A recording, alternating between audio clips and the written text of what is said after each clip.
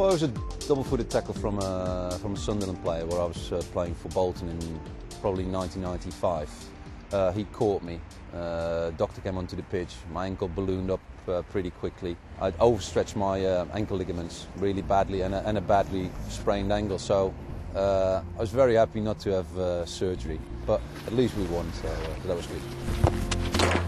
Sports injuries are extremely common. There's well over 1 million people present to accident and emergency each year having had a sports injury, and then obviously there's just as many who go to their GP or directly to a physiotherapist. What you want to avoid is a problem becoming chronic, whereby it becomes slightly more difficult to deal with. Obviously, as an international athlete, being free from injury is what helps you to perform.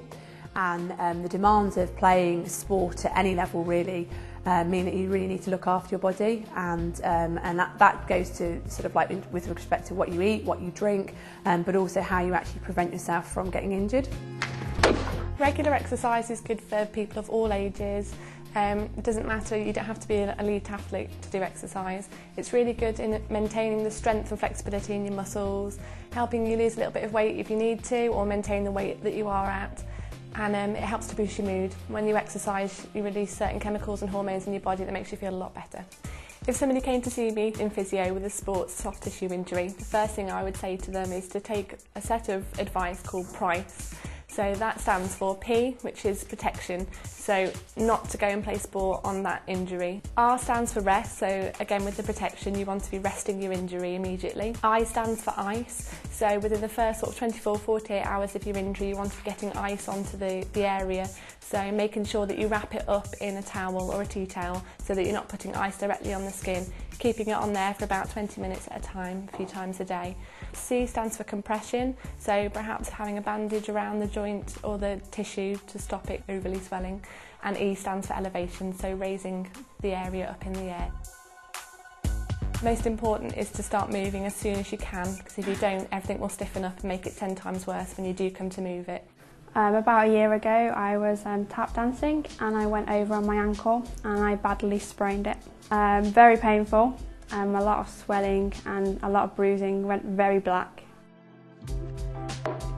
When it's painful you don't know if to do something or not to do something because it could cause more damage, so really helpful to know what to do, and it's really got me back into dancing again. Sports injuries can affect people of all different levels of fitness, right from grassroots Sunday league footballers up to Olympic athletes. Hockey is quite a rotational activity. It demands a lot of your spine in terms of movement, and also your lower limb with regards to lots of twisting and turning. So having really good core stability, so ensuring that your abdominal muscles, your back muscles, that actually your pelvic muscles are also really strong, and that for me is essential if I'm going to avoid or prevent perhaps developing overuse or even acute injuries. Make sure you start gradually. Don't suddenly go into running a marathon when you haven't done anything other than walking down to the post office once a week. Even now when I play for West Brom over 35s, you know, most of the time we can't be bothered to warm up and we'll probably end up with 7 players on the pitch because, you know, it's just the way it works. You've got to properly prepare, you've got to stretch your muscles up because, you know, that's how you need them to be when you play the game, and it's not just for football. You know, it's for any sport. The physiotherapist for me is the person that you actually need to go and see. They have the specialist knowledge with regards to sort of joint muscles, those types of problems.